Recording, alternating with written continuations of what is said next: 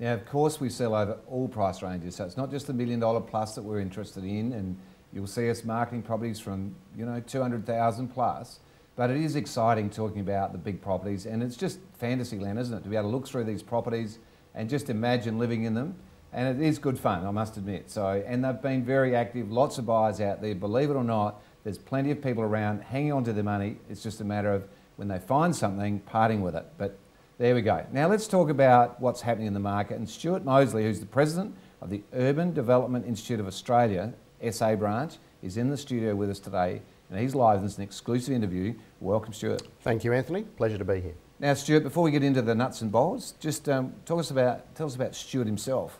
Well, that's very kind. I'm, in my day job, a development advisor, making major development projects happen, working for councils and private clients. I'm a town planner by background with a business administration qualification, but today I'm wearing my UDIA president's hat, so I should tell you about them. The UDIA is the professional body, peak body, representing the land development industry in Australia and the South Australian division. Obviously, South Australia, we have 250 members, a bit more.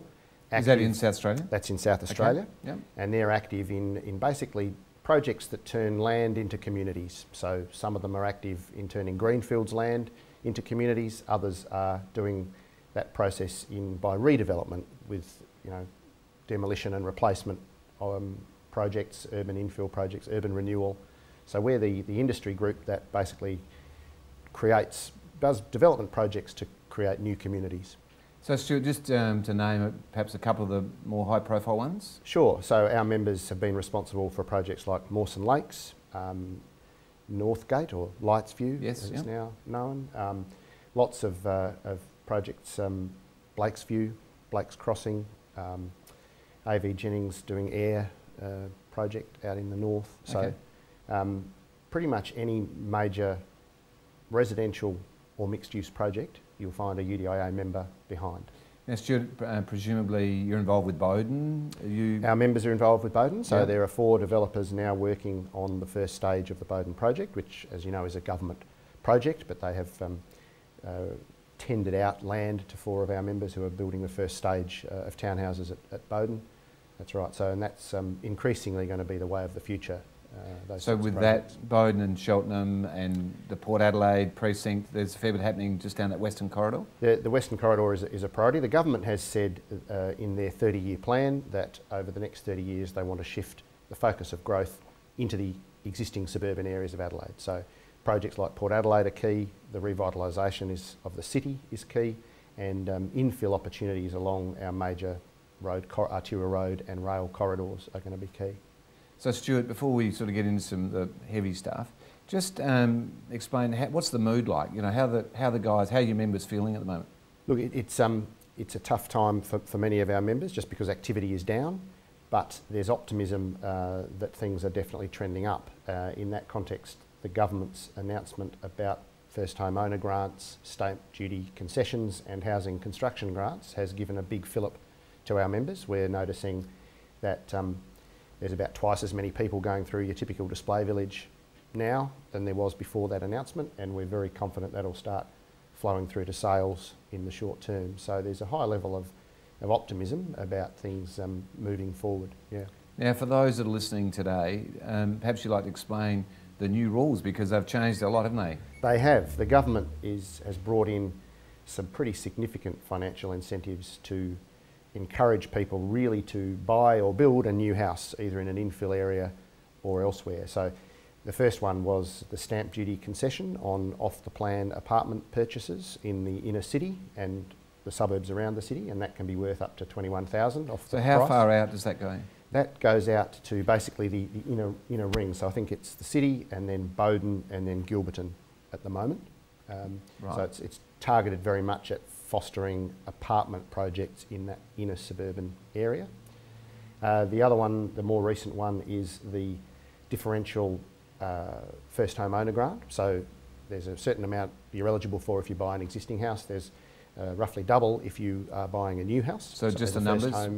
So the numbers, I think, for an established house is 7,000 and for a new house is up to 15. Right, it's a sliding scale and it's capped at a certain value. Right.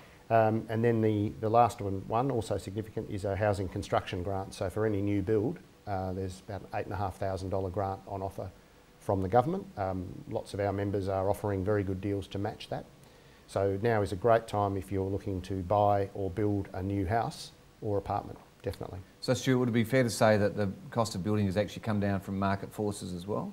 So you've got the government grant plus a drop in the margin? Or? You're certainly getting better prices now than you would have 18 months, 2 years ago. But our domestic construction sector is one of the most efficient in Australia to start with. So you get much more for your housing dollar in South Australia anyway. But yes, it's a good time to buy for that reason as well. Now, lots been said about the government interference and the red tape and all of the costs and put onto the developers. And my understanding is that there's up to 50% of the land content in the new developments down the west there, Cheltenham, that they are looking for the developer to put in, leaving only half the land to divide. Is that got some truth to it? It does, yes. There's been a long trend over the last couple of decades of transferring costs that would once have been borne broadly onto the developer, which means they're passed on to the first home buyer or first home builder. So those things are mainly around open space, infrastructure charges, as well as approval times and land supply restrictions. So yeah, our members have an active dialogue with government who are committed to improving that, and we're once again optimistic that the government, with our input, will start to address some of those issues. But yes, your average first home buyer today is paying very significant amounts for those basic services that when you and I bought our first house, were born elsewhere. Well, basically by born elsewhere, they were taxpayer funded, so that's across the entire community. Yeah, to take an example, I mean, I live in Hazelwood Park. I think when that was divided, there were no sealed roads or fences. You just bought your plot of land, and over time, everything else followed. Now, nobody wants to advocate a return to that, but your first home buyer is the person with the least financial capacity to pay for all that stuff up front, and it's much more equitable in a generational sense to spread that over time. Stuart, I've got a lot more questions, but we might have to do them at the end, a bit later in the show, so Sure. we'll come back to you in a second. No problem. But in the meantime, let's go and have a look at some properties that have sold under the hammer and are going.